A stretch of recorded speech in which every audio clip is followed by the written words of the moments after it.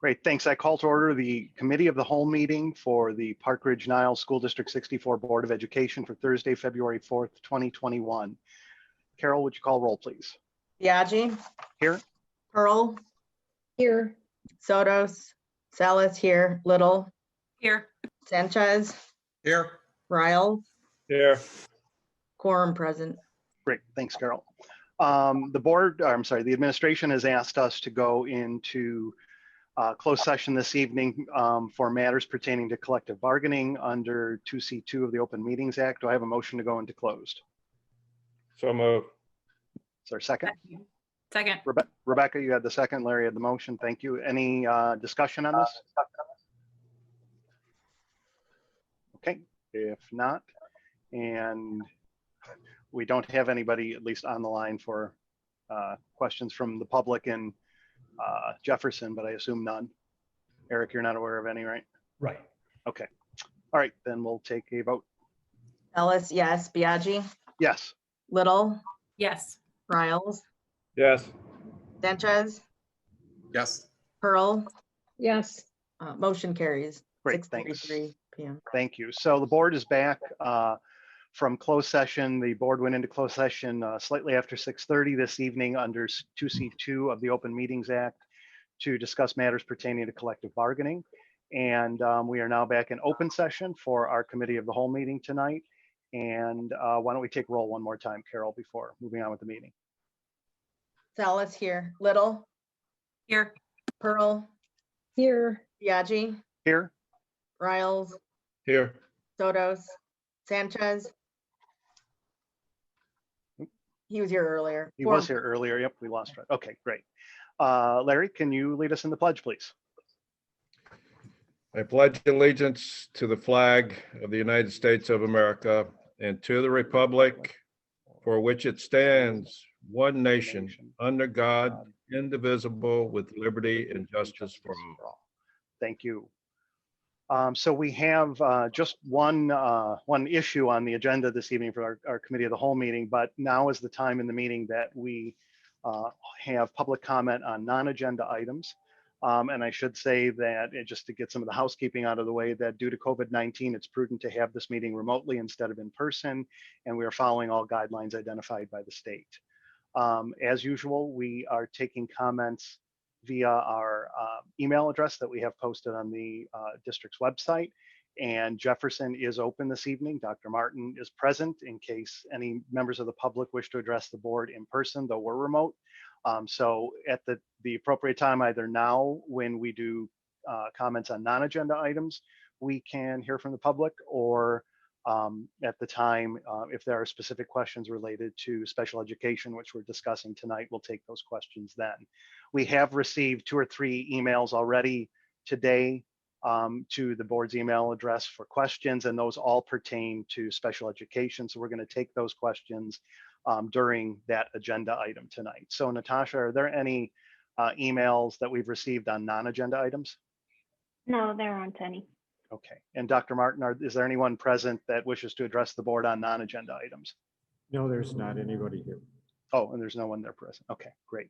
All right, with that then, we are going to move on to our sole agenda item tonight, which is the report and presentation on special education. So Dr. Frost. Okay, I am going to share my presentation.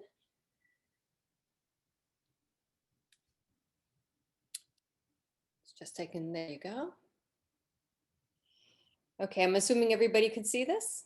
Yes. Okay, great. So thank you and good evening. It is my pleasure to present to the board and the community tonight an update on student services in District 64.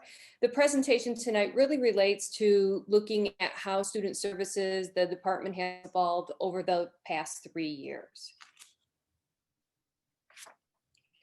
So when we look at our agenda, there's really 7 areas that we're going to cover today.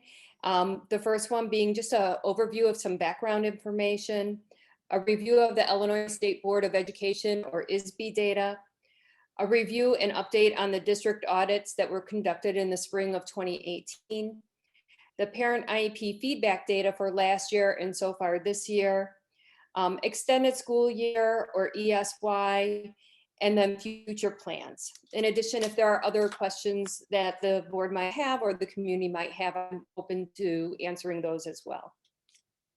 And PT3 So as we well. would like to start. You just didn't say PT3. We would like, so yeah, okay. go ahead. Oh, yes. We would like to start the presentation by providing a bit of background information. So in preparing this presentation, we reviewed several sources. We utilized the state reports such as the Illinois report card. And then we also have what we call iStar, which is again with the Illinois State Board of Education, and it's the IEP student tracking and reporting system. And what that system does is it takes data and it provides district and state reports and ratings for special education.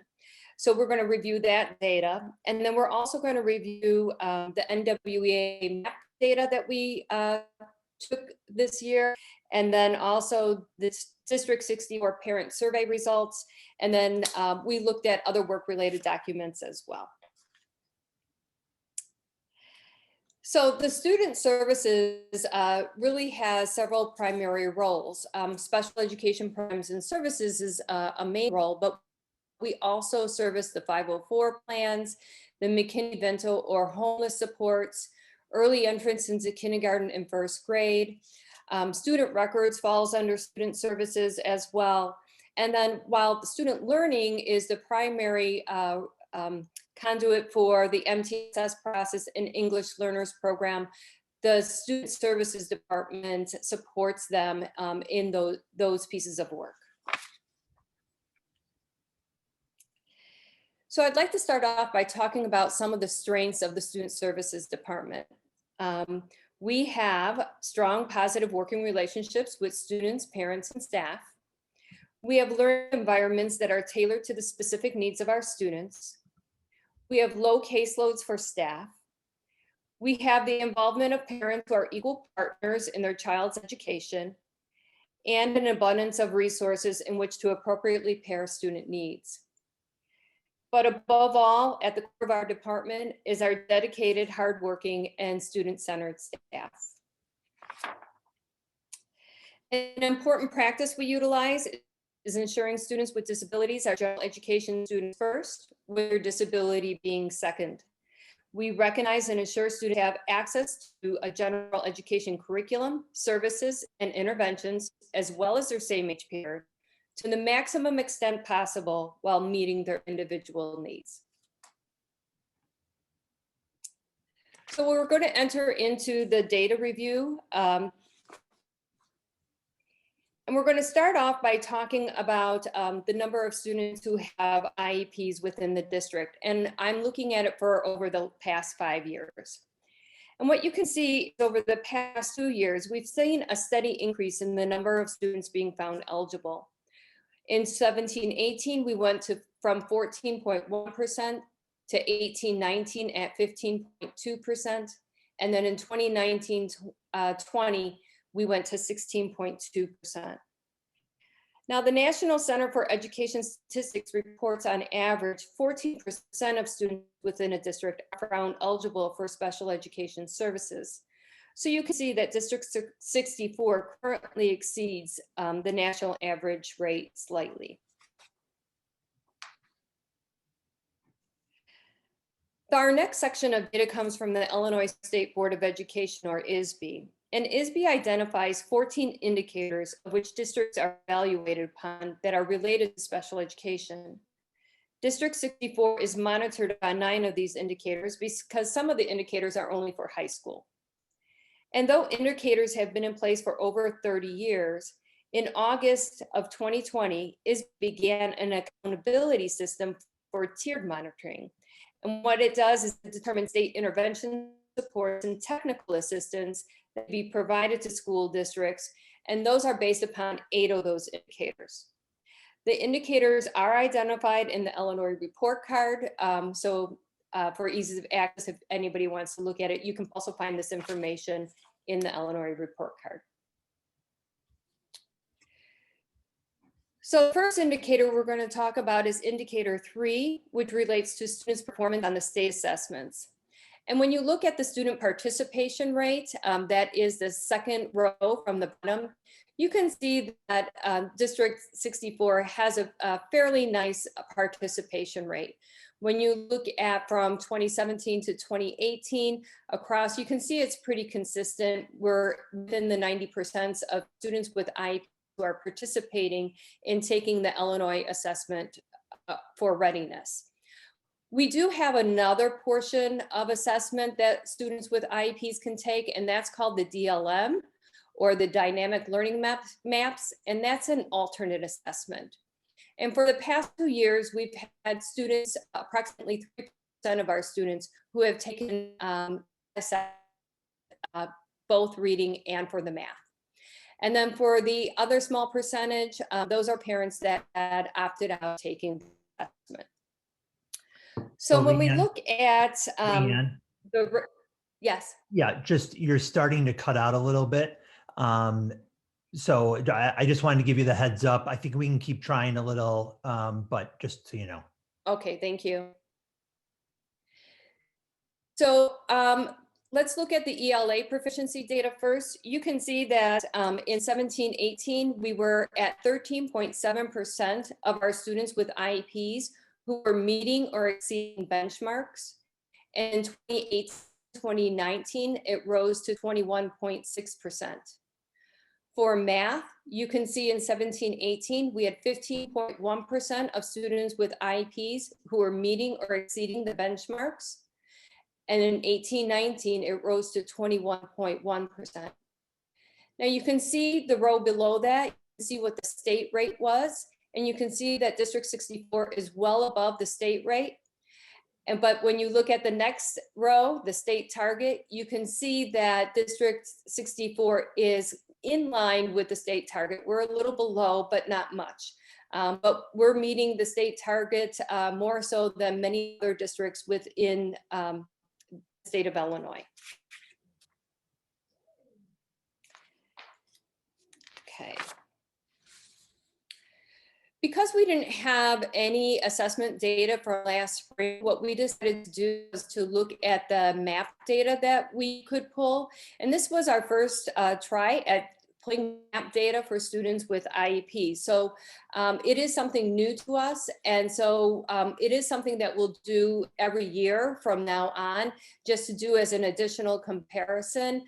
But when we were trying to look at comparing map data from past years, we were unable to do that because we didn't have the students rostered for each of those years. So when we looked at our map data, what we saw is that students with IEPs were achieving at the 43rd percentile in reading and 32nd percentile in math. And it should be noted that we're looking at then some student scores were higher than the 43rd or 32nd percentile, and some student scores were lower. In fact, the range was the gamut. So we had some students who were performing in the first percentile, but we also had some students who were performing up to the 99%. Overall, what we saw was students with IEPs are performing in the average range for both reading and math. We also reviewed the fall growth percentiles. A rate of the 50th percentile shows average growth. Hence, students with IEPs made growth in reading as expected. However, these data show a lower growth rate in math. Overall, these data show students with IEPs tracking similarly with their district general education peers in growth. We are taking steps to mitigate these data, as is general education, by focusing on important learning concepts through small group and individual instruction. Oops. Just a comment on this.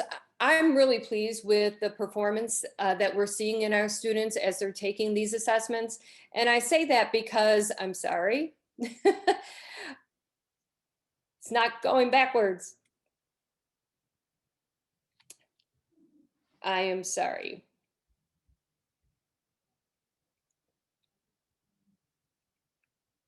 We have gone way too far. Okay, so I'm really pleased with the performance on the state assessments and on the map data. I really wish that we did have the data from IAR. I am looking to see if we are going to be doing the IAR this school year, and partially because we put in some nice components into our instruction at the end of the 18-19 year. And that included the development of curriculum maps for reading, math, and writing. And then we also had an intervention coach start with us about 1.5 years ago. And what she does is she does go into the classrooms and works with all of our special education teachers regarding curriculum. So I do think that those components have really helped us in seeing a rise in our schools.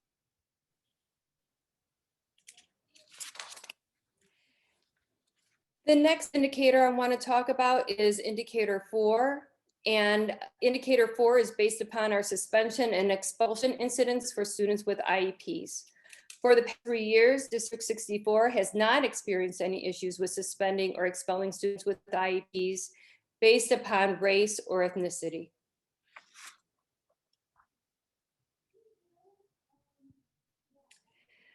The next area I want to talk about, or the next indicator I want to talk about, is indicator 5. And to further clarify for data 5, indicator 5, we wanted to review some of the definitions that we use. We wanted to talk about educational placement. Every child has educational placement identified in their IEPs. Educational placement is comprised of special education services, be it services delivered by a special ed teacher, occupational therapist, speech therapist, or any other therapist, either in a co-teaching, co-therapy, push-in, or pull-out setting. And then based upon the time being provided in each of those settings, an educational environment percentage is calculated. We also look at least restrictive environment.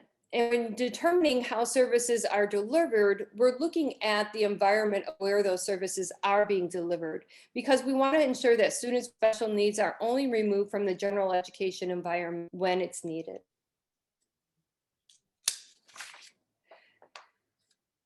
So I put up the data for 5 years for what we call indicator 5 or our EE codes. And ESB really looks at 2 major components of educational environment. First, the percentage of students in general education, 80% or more of their school day. And then secondly, separate facility, or what we call our outplacement. Based upon the data over the last 5 years, you can see that district is well above the state target on the percentage of students in general education, 80% or more of the day. Looking at facility data, you can see this is an area that we've only met the state target for 1 year. These data, in part, are a reason why we created this Structured Learning Community Program, and will continue to look at creating other specialized programs to service our students within the district. Indicator 6 also looks at educational environment, but it's looking at early childhood educational environment. And it looks at it a little bit differently than what it does in indicator 5. In indicator 6, we have several different types of educational placement settings. We have what is called attendance in a regular early childhood program where students receive a special education service. And this is really our blended program. And our blended program is a compilation of typical peers with students who have IEPs. Another type of educational environment for early childhood is attendance regular early childhood program, but receives services elsewhere. So this may be when a child attends a preschool or daycare program outside of the district, but comes to the district for speech services. The next placement option is attendance in a separate class or facility, such as our early childhood instructional class, which is taught with special education teacher and a speech therapist. We also have services delivered in a child's home, such as homebound instruction. And then lastly, there are services that are delivered by a service provider in which students don't attend an early childhood or special education program, which is really just speech itinerant services only. So students come into this Jefferson School for maybe 2-3 days a week for 30 minutes at a time to receive these services. Indicator 6A is highlighted by ISB for compliance in the setting where students receive services in a regular early childhood program. So as you can see, District 64 met the target in 2017-18 and 18-19. However, we tapered off in 19-20. An analysis of the data showed that we experienced some coding issues and that we need to review our service delivery of providing services within our blended programs. We have developed a system where we will be continually reviewing the data prior to submittal to ISB to ensure the data are correct. We are also problem solving our service delivery in our early childhood program to ensure we are meeting state targets. The next indicators are indicators 9 and 10, and they deal with disproportionality. ISB is committed to ensure that districts are instituting non-discriminatory practices. Indicators 9 and 10 look at data by identification for special education and by the 13 different special education eligibilities. District 64 met the targets and no disproportionality has been found for the last 3 years.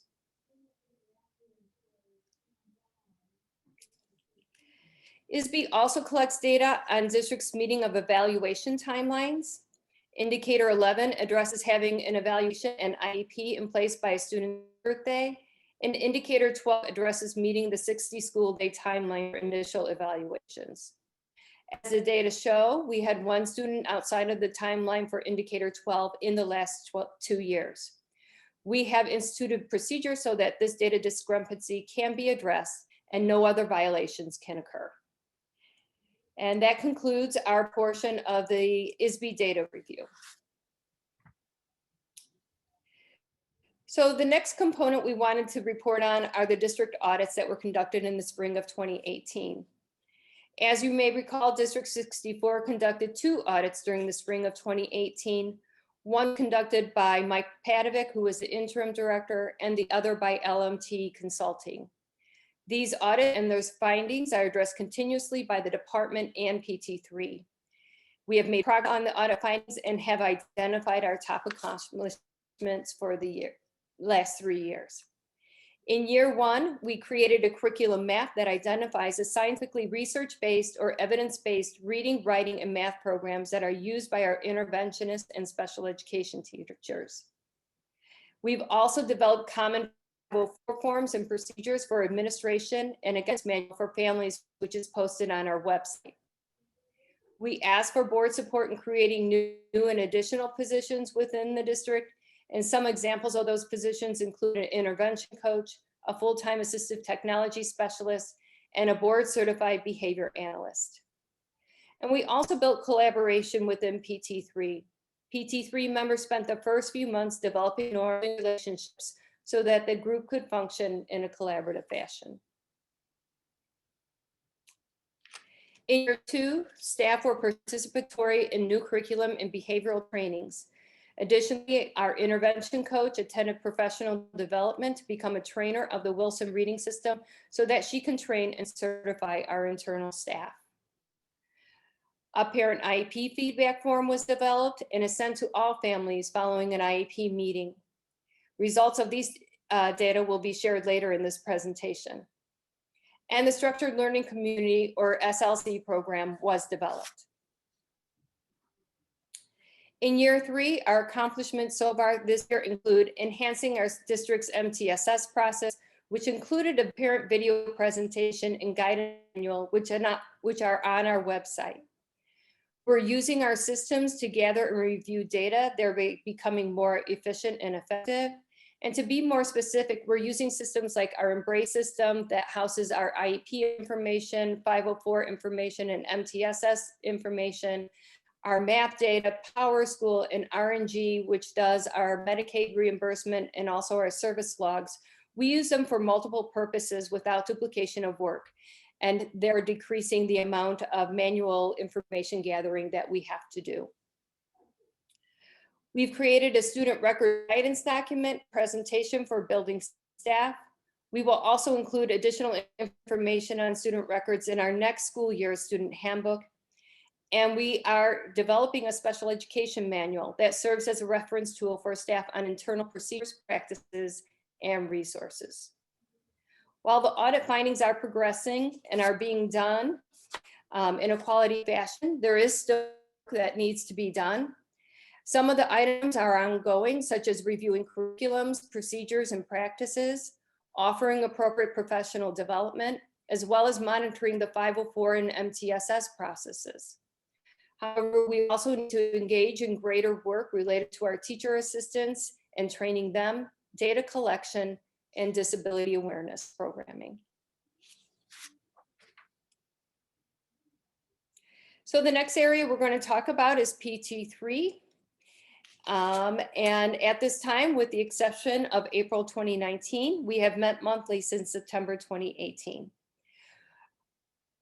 We currently have two subgroups, a parent education and stakeholder communication group, and we're going to discuss the work of each of those groups in just a minute.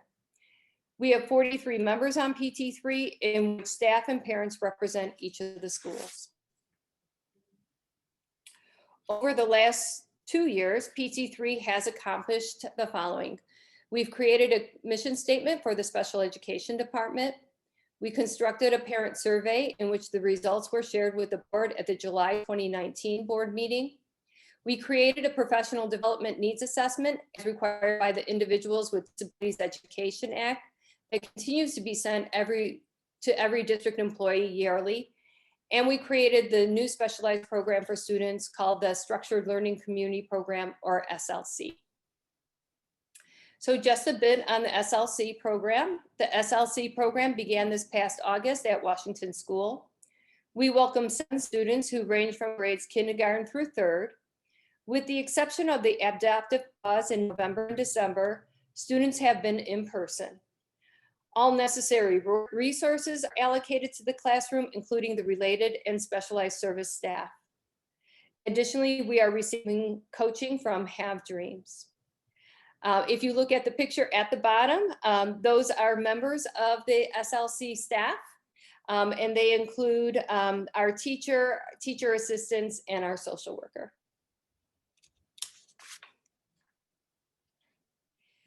So as I previously stated, PT3 currently has 2 work groups that began the school year. Our parent education group has sent a survey to current and past PT3 parents to identify topics of which to produce short educational videos that will be posted on the district website. And they are currently in the process of creating those videos at this time.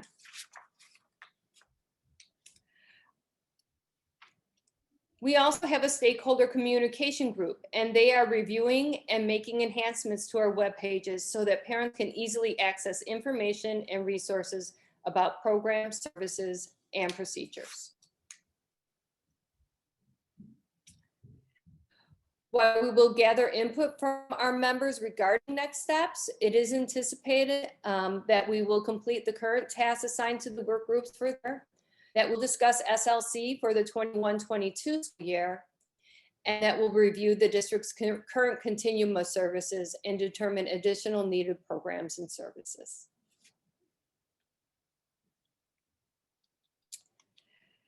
An important aspect of the department is gathering feedback on their experiences.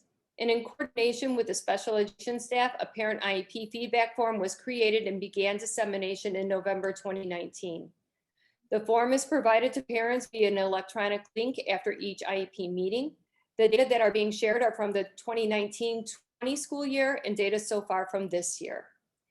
In 1920, we had a response rate of 36%.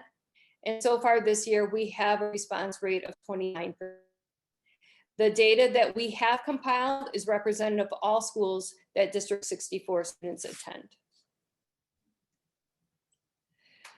So when we look at the first survey question, what we see is that the parent feedback shows that for the 1920 school year, 97.5% of parents agreed or strongly agreed that they left the IEP meeting with a clear plan for services and supports their student would receive. The data from 2021, which is at 96%, closely aligns with this as well. The reason for our next survey questions show that for the 2019-20 school year, 98% of parents were satisfied with their students' IEP meeting. Data so far 2021 is closely aligning with last year's data at 96%. Our third survey question shows that for the 1920 year, 98.2% of parents were satisfied with their students' IEP plan and or services. The data from 2021 also shows very strong approval from parents with their students' IEP plan, with 94% indicating agreement. As parents are equal partners at IEP meetings, we wanted to gauge how well parents felt their input was considered. The information that we receive is reviewed at our special education coordinator meetings and as needed. This information helps us further our facilitated IEP approach. Our hope is to see a steady rise in several of the questions, and then also a decrease in the last question. The questions that we're looking for steady rise in are the first 4 questions, which are: 1, my input was requested and shared as part of the IEP meeting. 2, my input was reflected as part of the meeting agenda. 3, my questions, concerns, and input directly impacted the focus of the IEP meeting. And 4, my input was incorporated throughout development of the IEP. The last question, none of these apply. I do not feel that the team included my input into the meeting is the one that we're looking for a decrease in. What you can see, responses are similar between 1920 and 2021. And we're going to continue to monitor these data as we institute practice to further include the perspective.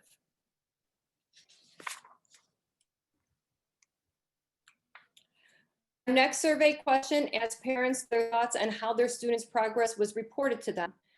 Our hope is to see a steady rise in the percentage in the first 4 questions and a decrease in the percentage of the last question.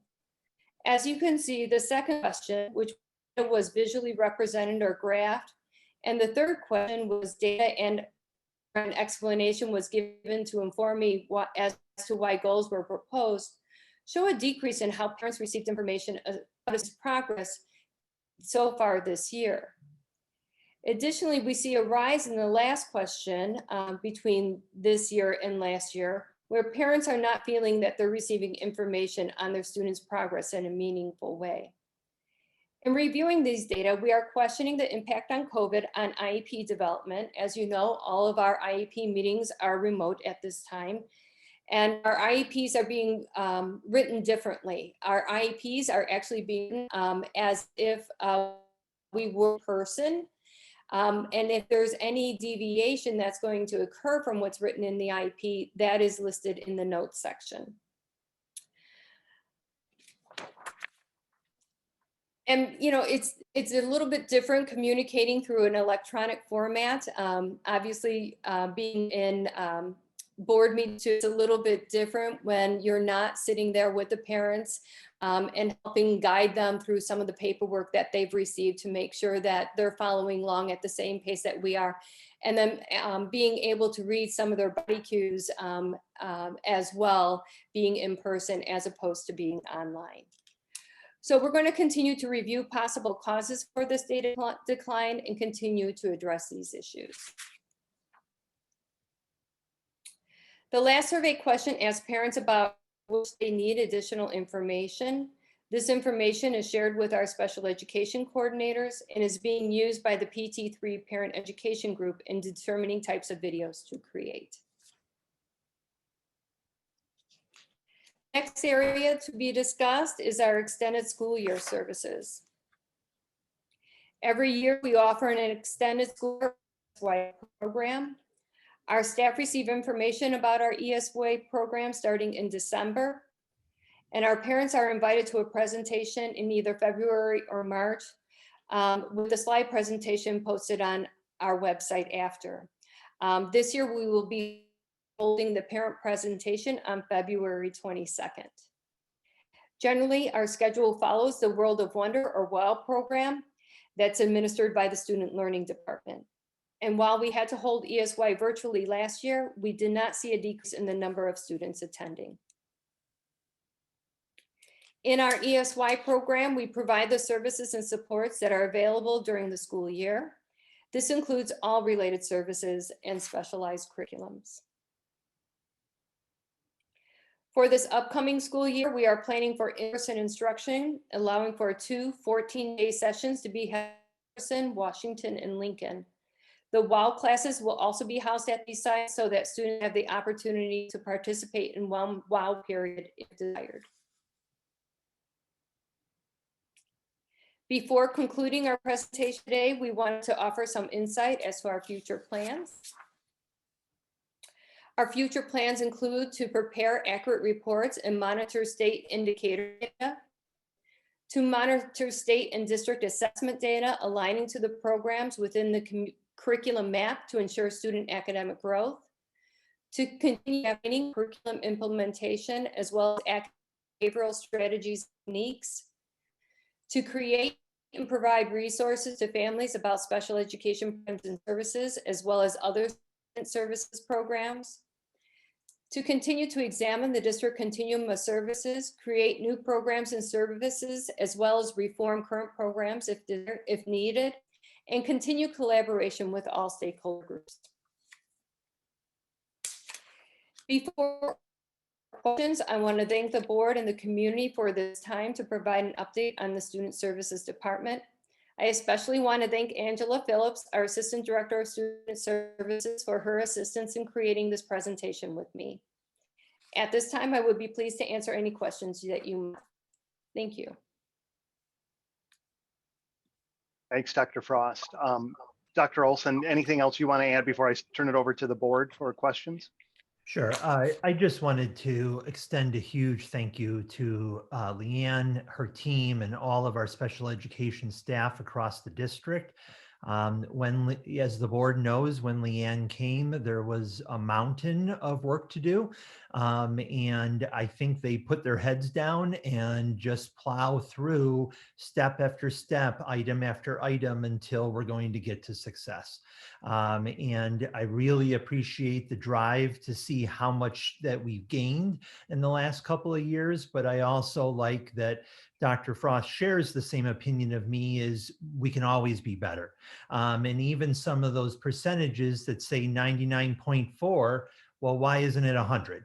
And I want to get to 100. And so I think that that drive that the special ed department has, I just continue to appreciate as we continue to try to enhance and update our special education program.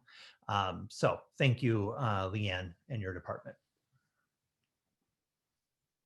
So any board members want to kick it off with questions that you have for Dr. Frost on the presentation or the corresponding report that the board had and the public had?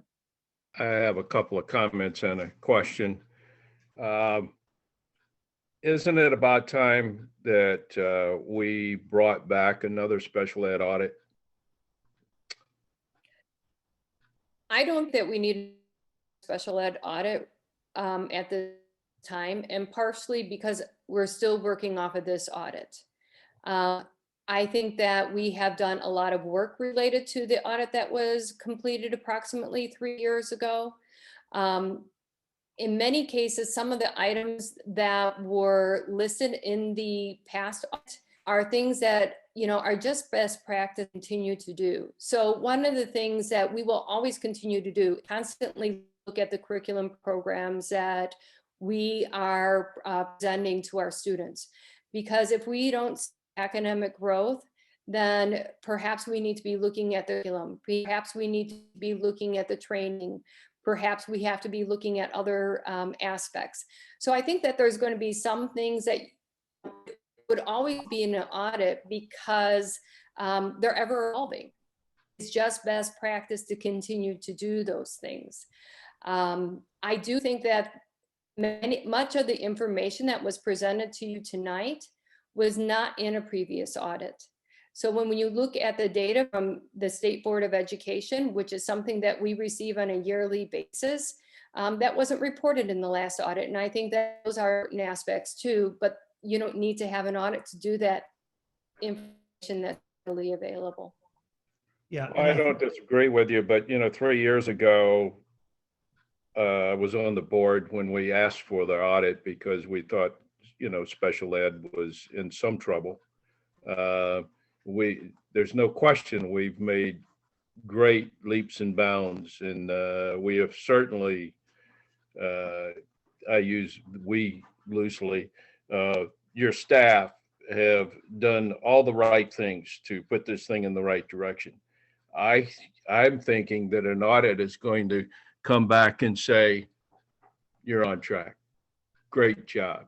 You're doing what you need to be doing. You fixed what was wrong previously. And I realize that it's evolving and ongoing. And maybe we don't need somebody to come and tell us that. But since we had it 3 years ago, maybe we should look to doing something in the future to cap some of these things that were brought up before. And I only have one more comment. And Dr. Frost, I brought this up for almost 4 years that I've been on the board. And I will take my last breath before I leave the board and talk about social emotional gen ed, special ed. And I've seen it done before, and that's why, and I've seen it work where we take gen ed students at the beginning of every year and we give them examples of special ed students, not naming people, not showing pictures of people, but this is what Down syndrome looks like. This is what autism, and this can be the spectrum of autism. And this is what, those types of disabilities look like. And so that our gen ed students, when they see it on the playground, can somewhat get involved or be a part of their life, and they can be a part of the gen ed life. And we do a job. We're doing some of those kinds of things, but I just think that there's something we could do more. Yeah, and that was one of the pieces in the audit that I said that we need to have greater effort on, and that's a disability awareness program. And, going back to the last item, Leanne and I have had the conversation each year. Should we do an audit? Does it make sense to do an audit now? And, usually with these things, you'd want 3 years of implementation and then to kind of see where we're at. So because we're in 2021 now, it does sort of make sense that this is sort of coming up on the horizon. Now, obviously, with a lot of things because of COVID this year, everything gets delayed and so forth. But I think somewhere in the near future, we need to be doing that, especially to follow up, as you said, Larry, on what we've gained since 2018. I have a couple of comments and a question. I want to echo what Dr. Olson said. Dr. Frost, I appreciate you coming in and taking over this job at a time where probably not a lot of people wanted this job. You've worked very hard to make the improvements that we needed. But I also wanted to thank folks like Mickey Tessia and Janessa and the Fishers for stepping up and putting a spotlight on this problem. I know it was difficult for them. I know they put a lot of hard work in pushing the administration and the board to do the right thing. And I think, a lot of the fight they put into may not benefit their kids, but it's definitely going to benefit the kids going forward. So I want to thank them. So going back to those audits, what do you identify as being some of the big ticket items, some of the things that have a lot of work left, or what are things that really need a little bit more work before we do that next audit? So there are a couple of things that the teacher assistants, we've done some training with them, but definitely would like to do more training with them. And also, prepare what we have, I've seen in other districts, which is like a teacher assistant handbook, as far as, discussing the expectations and so forth. One of the things that we're currently constructing right now is a student services manual for our staff. So what that does is it contains like all the processes and all the practices that we have and all the procedures that we have. And it has all the different links up to documents that we've created and so forth. It's a pretty lengthy document at this point. But I also think that that's something that we need to create for teacher assistants. I've commented about the disability awareness. We definitely have to do more work on that. When you look at some of the programs or some of the systems that we've developed at this point, again, looking at those curriculum maps, we don't have a lot of data to show, how successful they are over time. Right now, it looks like those curriculum maps have made some great improvements with our students with how they are performing, but we have to continue to monitor that over time. Our 504 procedures are pretty brand new. They're only 2 years old.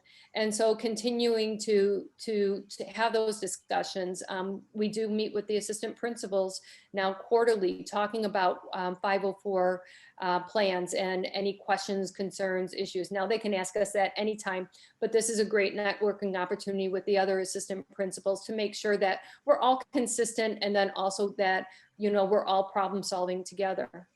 Our MTSS process, again, while student learning really takes the lead on that, student services has had a nice hand in that, but also making sure, again, that has been enhanced just recently, and monitoring that to make sure that the implementation is done with fidelity and done well. And making sure that we're seeing that the interventions that we are putting in place for kids, they are making a difference. And we're doing those data collection pieces. Data collection within MTSS, data collection within students' IEPs. Those are very important to show how students are performing and growing. And we know that we need to look at other ways for our staff to do data collection as well.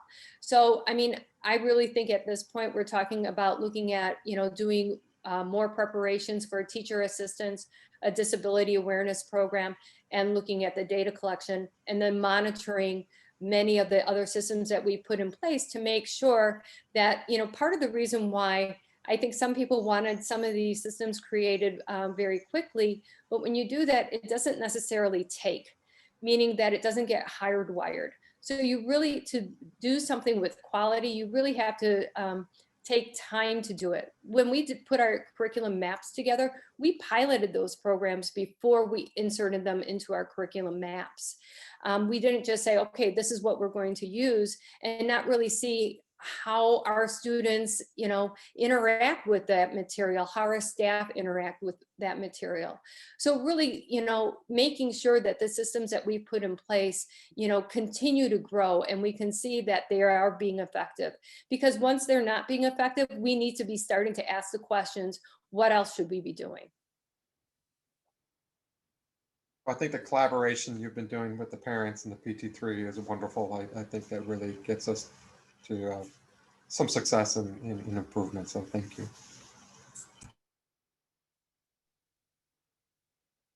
So first, thanks for the presentation. Is my microphone working? Okay, I don't have my. Yeah. Okay. And then the slides in the PDF 37, 38, and 39 with the parent feedback. I understand that a lot of that was during the pandemic. I think the results on the parent feedback in those parent surveys, they do mirror a lot of the issues that were described in the Lisa Herod audit. And as Larry mentioned, I think it would be, and Dr. Olson kind of agreed that, now is the time to possibly start looking into another audit, or, maybe the easy way would just be to have Lisa Herod come back and, do a follow-up, a 3 or let's say 4 year follow-up. One thing I didn't see in here, I don't know if you're going to talk about it at a later date, is, what's going on with all of the screenings at Jefferson. So I know some of the board members, we've been going to the PT3 meetings. I think I went to maybe like 3 recently, and we did bring up the fact that, a lot of the info on the Jefferson website about the screenings that stopped pretty much, several months ago, and we haven't really seen the new dates for screening. So what are you doing right now during the pandemic for, all of that at Jefferson. So my understanding is that we're still doing screenings. Those are still being scheduled. We're still active in Child Find.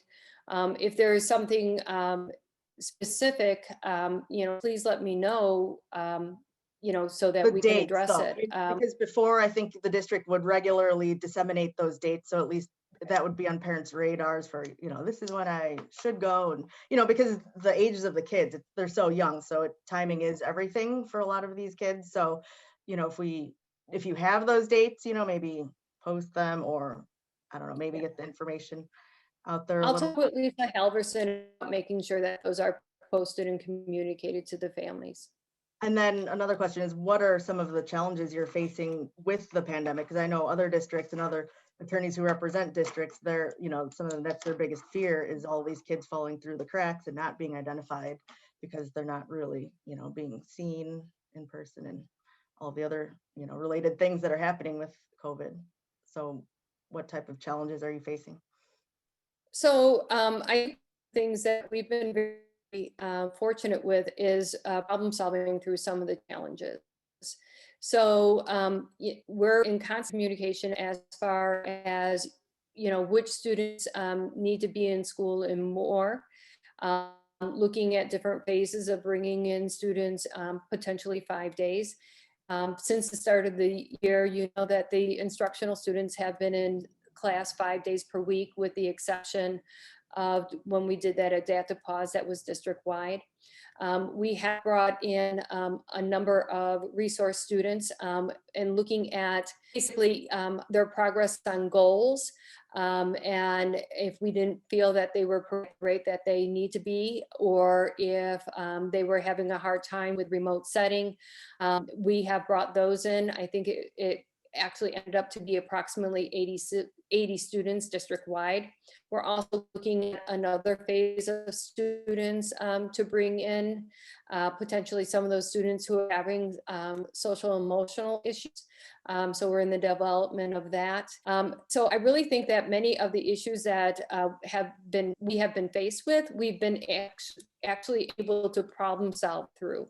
Now, is it ideal? Is right now the ideal setting that we have for our students, with so many of them, still being in a remote setting, or some of those students only coming a couple days a week, not having in-person speech services, in-person OT services? Is it ideal? No. Is it working? Yes. One of the things that I do is talk with the speech therapist and the occupational therapist as far as how they're feeling about those services, and just met with them actually right after break to talk with them about, what more should we be doing. I met with the workers last week, asking, what more should we be doing? Next steps should we be taking? So we're constantly having those conversations so that we know what students are challenged with and we can problem solve through those. So then over the past few years, I know we've heard a lot about students having issues with, their students who have dyslexia. So with the remote learning environment and, all of the things that are going on, what's going on with that and the services for dyslexia? So we do have students who have, I'm sorry. No, I'm sorry, I think I go ahead. cut you off. Go ahead. Okay. So with students who have reading problems, we do have appropriate curriculums in place for them.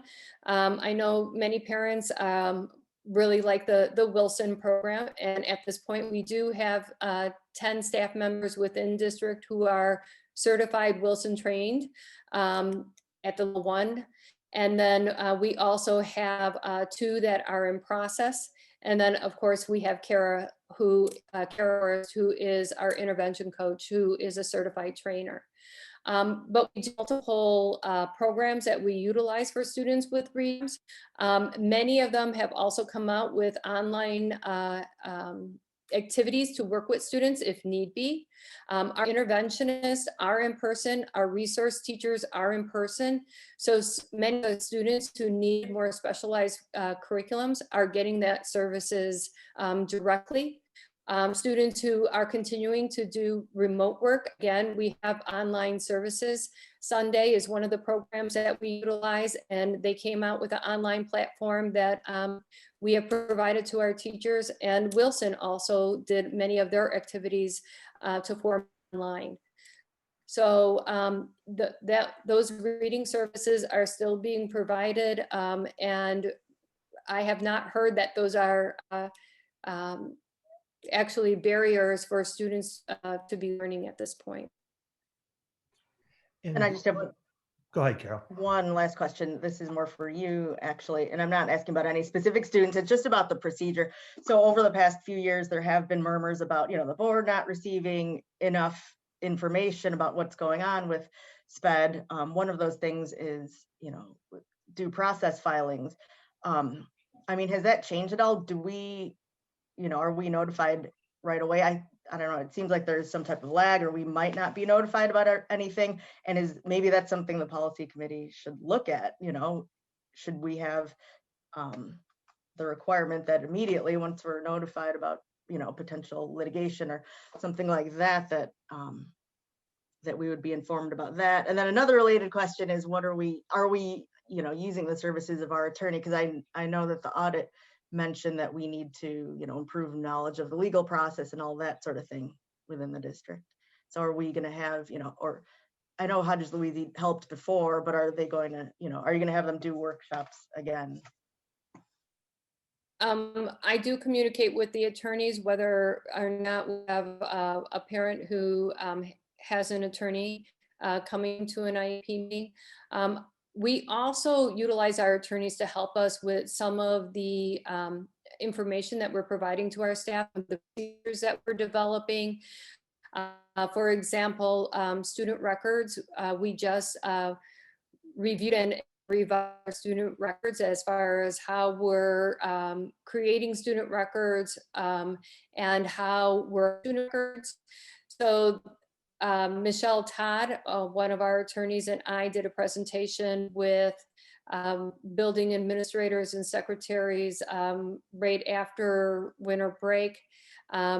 Michelle and I are working with our student services department next week, Wednesday, on student records as well. The following week, we're working with social workers because they have a little bit of difference in student records as well. And then on April 6th, which is our, we're going to be training our gen ed staff on student records as well. So we do utilize them as far as making sure that some of the documents we're putting together are legally sound. And then in some cases, they also present with us. And, I think on that last point, that we can certainly, talk about it, and I can get back to the board in regard to, should we be communicating more, or should we be including you earlier in the process or something like that? I'll certainly look into it and report back. And then a couple questions ago, to Carol's point, is that while our staff is reacting to student needs in the moment, I think we're going to learn a lot when the kids are all fully back. And we're going to learn a lot more of where the deficits are and where the gaps are and those kinds of things. But then I think that's also, to Carol's point, is that we need to be able to look deeper than we normally look, because we don't want more kids to slide under the radar. Actually, my question was related to that. I mean, I assume there's going to be a fair amount of unmet goals by the end of this year. I think particularly like remote OT. How do you do that? Like, that's impossible. So I'm just curious, like, where that leaves us if we're going to have some kids with these unmet goals, how that gets incorporated into next year so they can still progress without this being a lost year. So I'm going to be honest. I have not heard from OTs or speech that we have students who are not meeting those goals. That's one of the things that we've been looking at when we're bringing students back those 5 days. And I think our staff have gotten to be very, very creative as far as how to provide those services within the remote setting. And I know that one of the things that I hear from the therapist is the relationships that they have built with parents, and then also how parents are getting to understand and are then being able to incorporate some of the therapies within the home environment, because they're watching it, they're seeing it. So I have not heard that we have students who are not progressing on their goals. And again, that is one of the rationales that we look at for bringing students back into school more time in person. And, I also think, same way is, even if they're meeting their goals this year, it's probably not as strong as it would have been if they were fully in person. So even if we say they met the goals this year, as we have them in person next year, we might realize that we need to pull back or put additional supports in or pieces like that.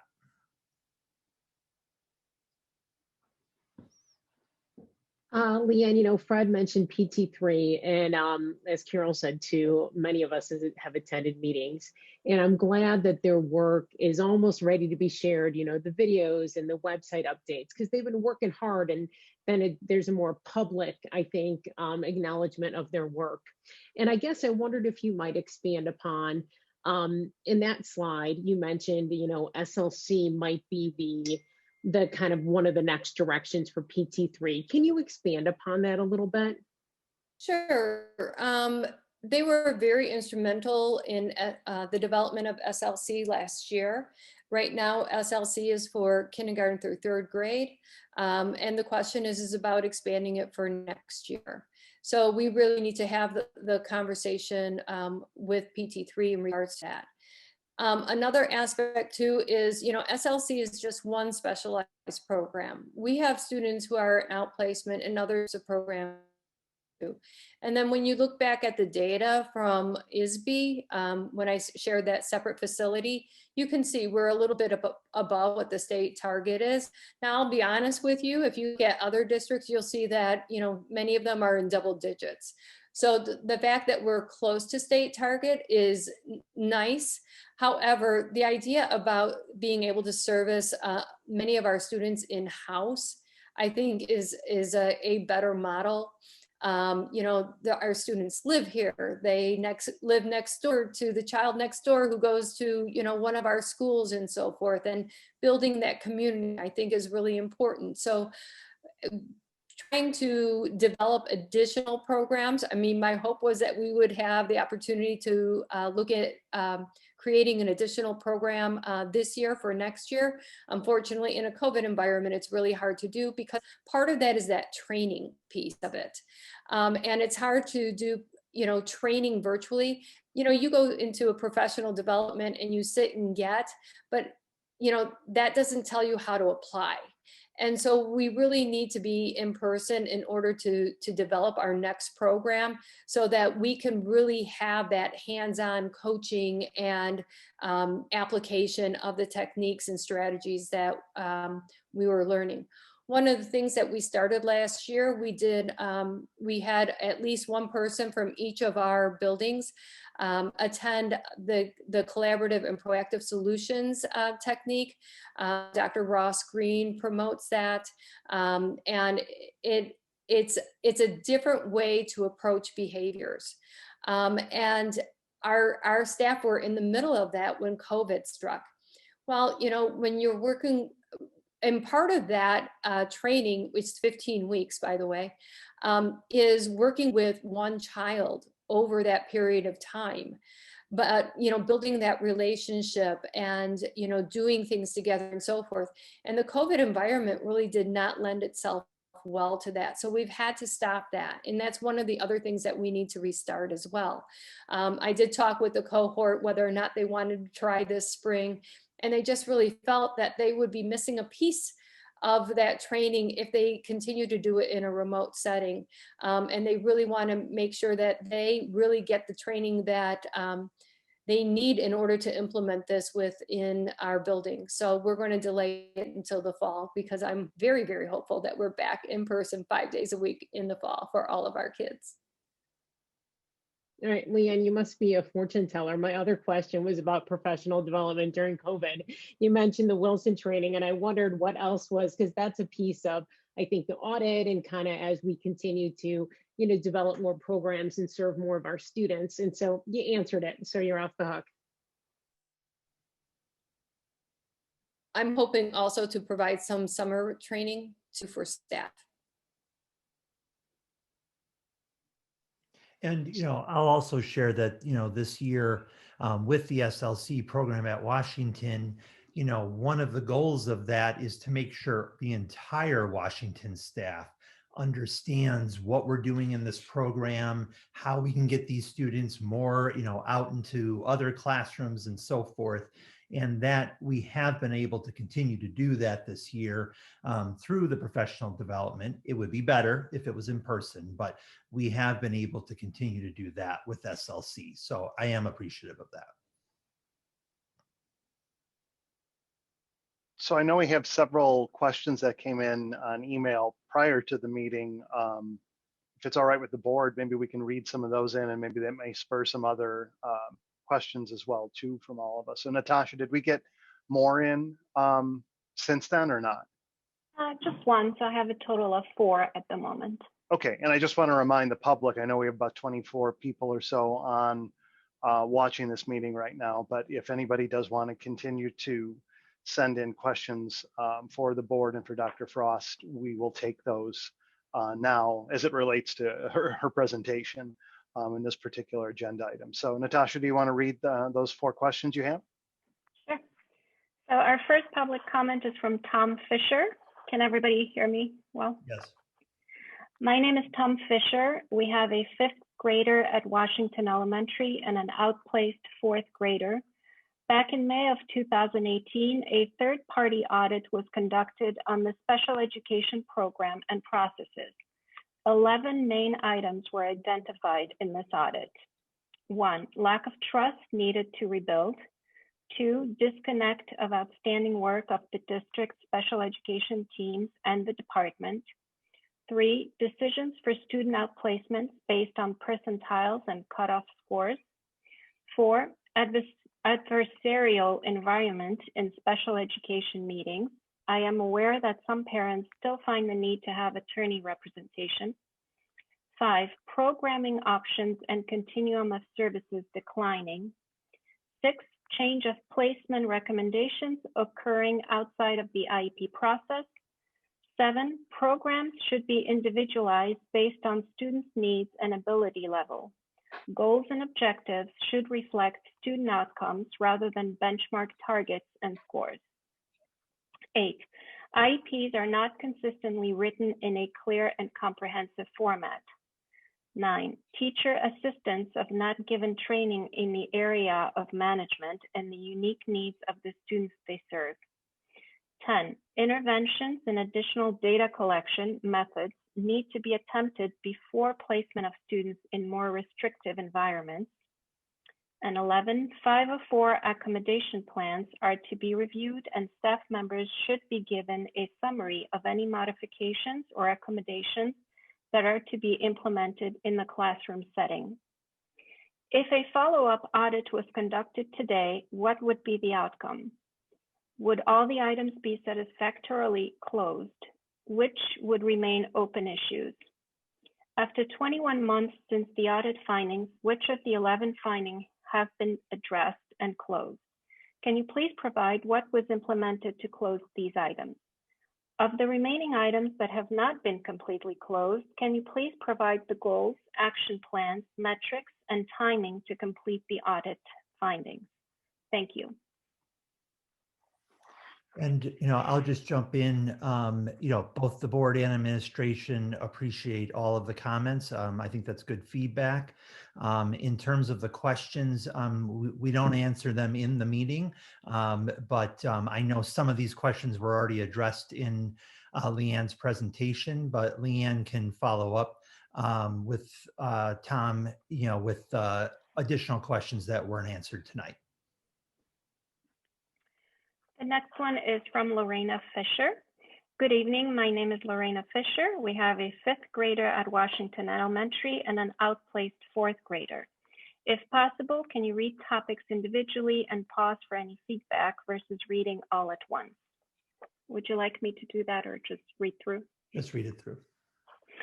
2020-2021 survey.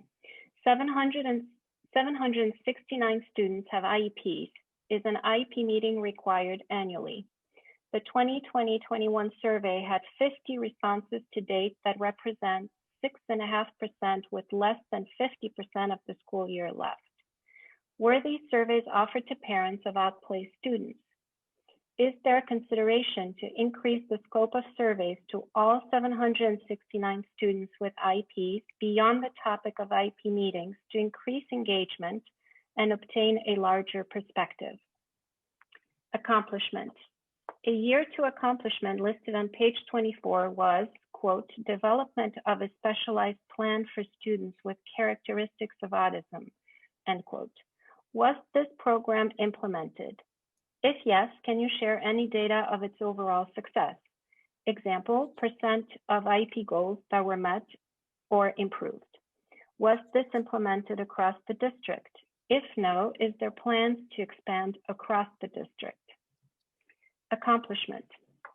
A year 3 accomplishments listed on page 25 is, quote, enhancement of the district's MTSS process, end quote.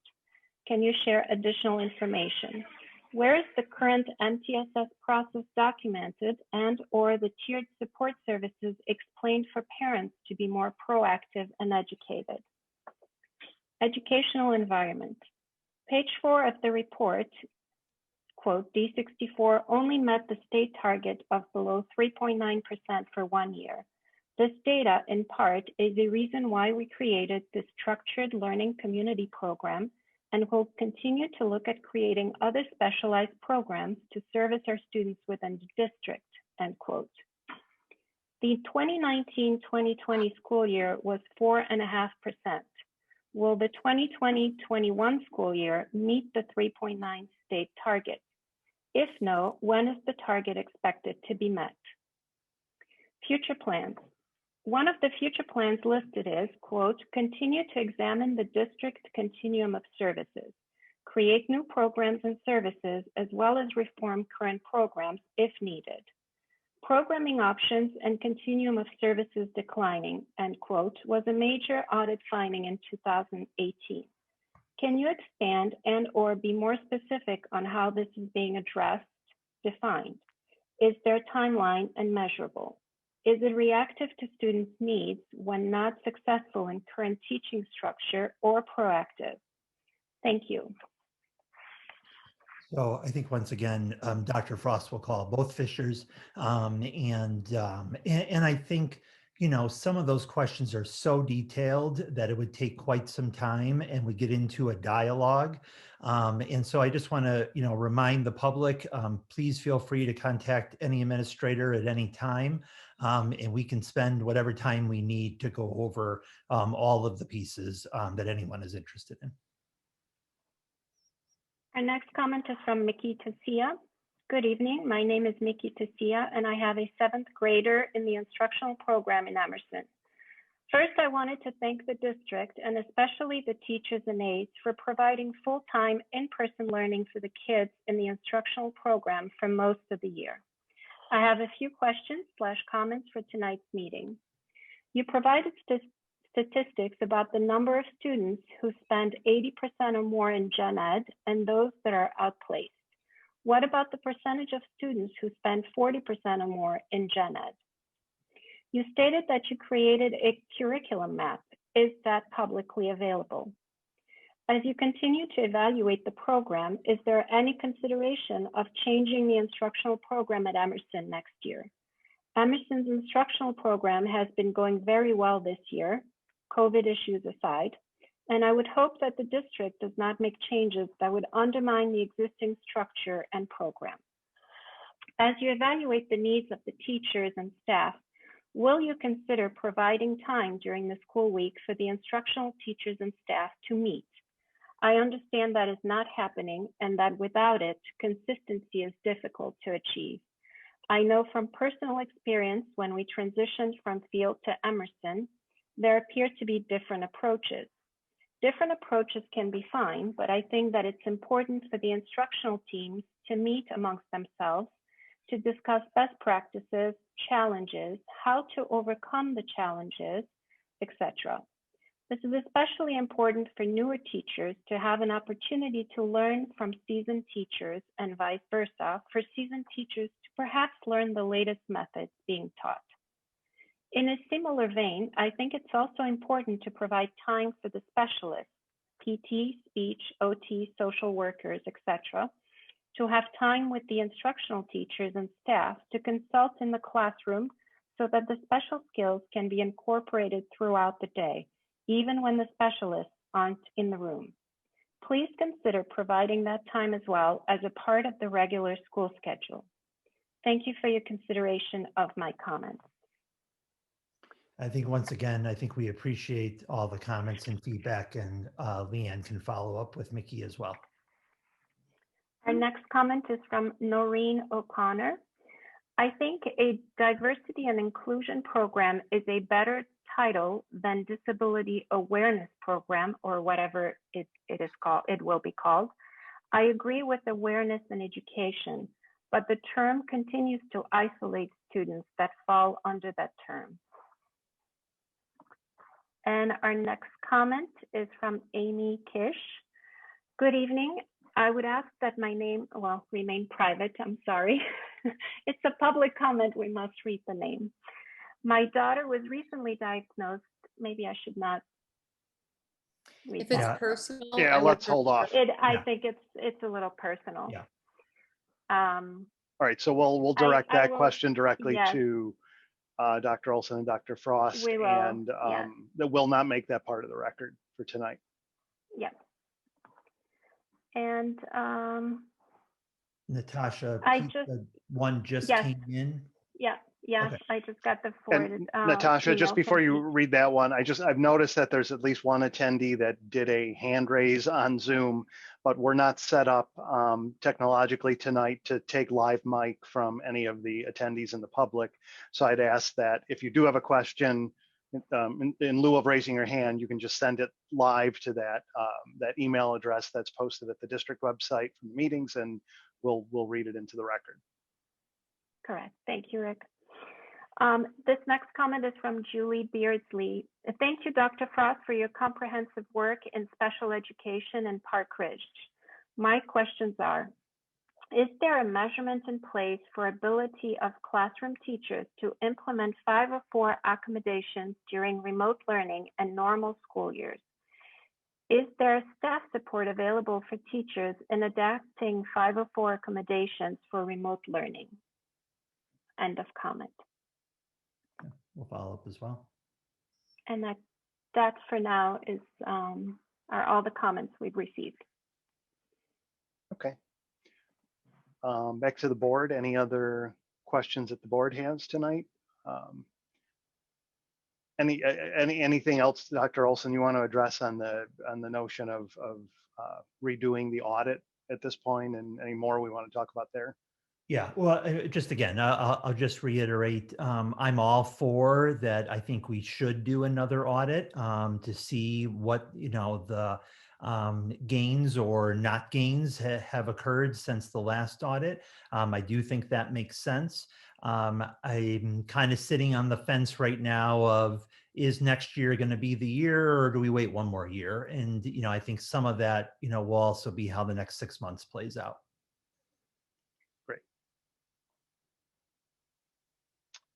So anything else from the board? Okay, I meant to ask Dr. Martin, is there anybody present that would like to address the board that's live? No, there's nobody here. Okay, still. And Natasha, anything else that's come in? Nothing has come in. Okay. And I would encourage, I guess, Eric and Leanne, I'll speak for both of you. I would encourage those who are watching right now who may have questions that you want to direct specifically to Dr. Olson and Dr. Frost to please do so. You can direct them to them, either through the board or to them directly after the meeting as well, if you don't want to do that now. Okay, so Dr. Frost, Dr. Olson, anything else before we wrap up? Leanne? Nope, I have nothing. Okay, I'm good as Thank well. you. Thank Okay, you. great. Well, thanks to both of you for all the work that you've put in on this. All right, well, with that, we don't have any other agenda items tonight, so I'll entertain a motion for adjournment. So moved. Is there a second? Second. Great. Denise has the motion. Larry has the second. Is there any comments from the public on that? Okay, None. great. All right, then we'll take a roll call vote. Little, Yes. Biagi, Yes. Sotos, not here. Pearl, Yes. Dallas, yes. Sanchez, Yes. Riles. Yes. Motion carries 8:50 p.m.